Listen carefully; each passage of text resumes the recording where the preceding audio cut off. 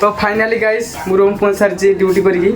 तो बहुत भाई मैंने मत कमेंट कर भाई तुम्हें केरल को तो पहुंची गल ड्यूटी भी कर तो कौन ड्यूटी कर कौन सब काम करमको कहीं देखुन।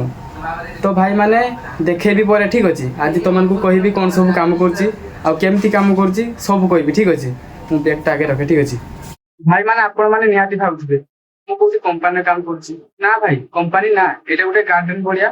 ଆଉ ମୁଁ ଯେ ମାଲିକରେ କାମ କରୁଛି ଠିକ ଅଛି ସେ ଓଡିଶାରୁ ବିଲଙ୍ଗ କରନ୍ତି ଆଉ ତାଙ୍କର ବି ହେଇଗଲାଣି 18-19 ବର୍ଷ ହେଇଯିବ ଏଇଠି ରହୁଛନ୍ତି ଏଇଠି ପିଲାକୁ ରଖୁଛନ୍ତି ଆଉ କାମ କରୁଛନ୍ତି ଠିକ ଅଛି ସେ ଭଲ ପଇସା ବି ଦଉଛନ୍ତି ତ ସେଥିପାଇଁ ମୁଁ ଏଇଠି କାମ ଆସିଛି।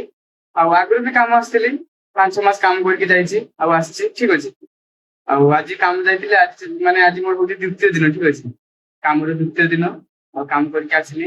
ଆଉ କେମିତି କାମ କରୁଛେ ଶୁଣ ଏଠୁ ଆମେ ସକାଳେ ବାହାରିକି ଯାଉ 8ଟା ବେଳେ ଠିକ ଅଛି 8ଟା ବେଳେ ବାହାରିକି ଯାଉ ତାପରେ 9ଟା ବେଳେ କାମ କରୁ 9ଟା ବେଳେ କାମ କରୁ ତାପରେ ଗୁଟେରୁ ଆମେ ଖିଆପିଆ କରୁ ପଟେ ଖାଉ ତାପରେ ଅଧଘଣ୍ଟେ ରେଷ୍ଟ ନେଇକି 2ଟା ବେଳେ ପୁଣି କାମ କରୁ ଠିକ ଅଛି। 2ଟା ବେଳକୁ କାମ କରିକି 5ଟା ବେଳେ ଛୁଟି ହୁଏ ଠିକ ଅଛି 5ଟା ବେଳେ ଛୁଟି ହେଇକି ଆମେ ସାଇକେଲ ମାରିକି ପଳେଇ ଆସୁ ସାଇକେଲ ମାରିକି ଯାଉ ସାଇକେଲ ମାରିକି ଆସୁ।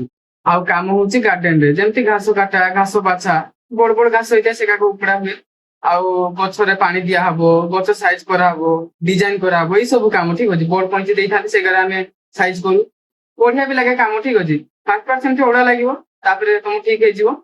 ତ ଭାଇ ମୁଁ ଏଇଠି ଆଗରୁ କାମ କରୁଥିଲି ଏବେ ତ 6-7 ମାସ ପରେ ଏଇଠି ଆସିଲି ତ ମାଲିକ ବି ଭଲ ଆଉ ପେମେଣ୍ଟ ଠିକ ଟାଇମ ଦେଇ ଦିଅନ୍ତି 10 ତାରିଖ ମାନେ 10 ତାରିଖ।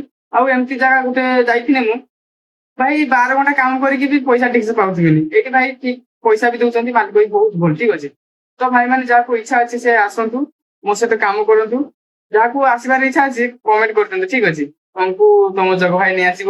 ତ ଭାଇ ମାନେ ଆପଣ ମାନେ ଜାଣିଲେ ତ ମୁଁ ଏଇ ସବୁ କାମ କରେ ତ ଭାଇ ରହୁଛି ଜୟ ଶ୍ରୀ ଜଗନ୍ନାଥ।